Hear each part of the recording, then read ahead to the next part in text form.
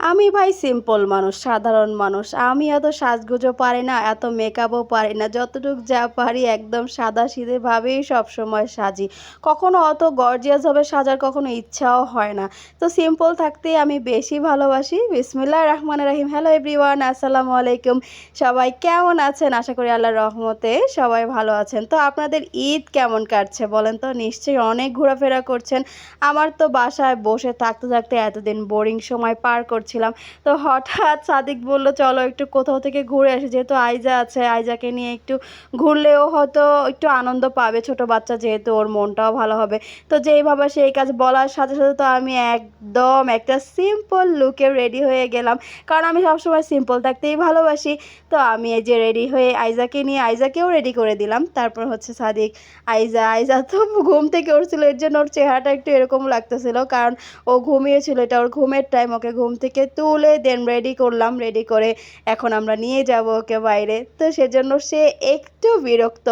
যাই হোক, বাইরে গেলে ঠিক হয়ে যাবে। এর মধ্যে আমি আমার প্রিয় ঘড়িটা এবং ব্রেসলেটটা সব কিছু পরে একদম রেডি হয়ে নিলাম। জামাইয়ের সাথে ঘুরতে যেতেছি, একটু তো সাজুগুজু করতেই হয়, তাই না বলেন? তো আইজা এই যে খুশি মনে একদম রেডি হচ্ছিল, মাঝে মধ্যে একটু বিরক্তও বোধ করছিল। যাই হোক, বের হয়ে গেলাম আমরা। তো বের হওয়ার পরে আমরা প্ল্যান করলাম আমরা কোথায় যাব। তো প্ল্যান করার পর বলতেছে কাছে কিনারে কোথাও যাওয়া যায় বলো তো, একটা সুন্দর জায়গা যেখানে আইজা গেলে খুশি হবে বা খোলামেলা কোনো জায়গা।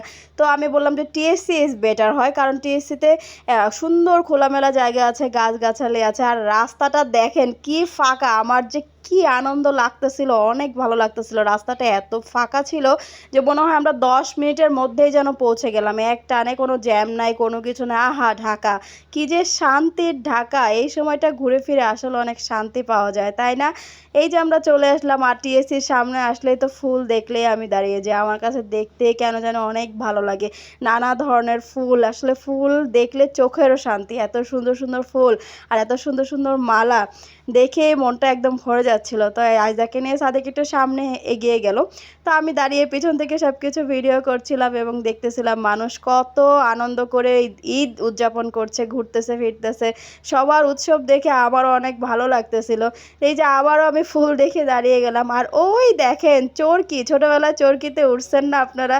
বলেন তো, আমি তো বড় হয়ে এখন উঠতে যাই, জাস্ট আইজার জন্য পাই না, কারণ ও ছোটো বেবি, ওকে নিয়ে তো উঠা যাবে না, ও ভয় পাবে, ও এখনও সেই বয়সটা ওর হয় নাই।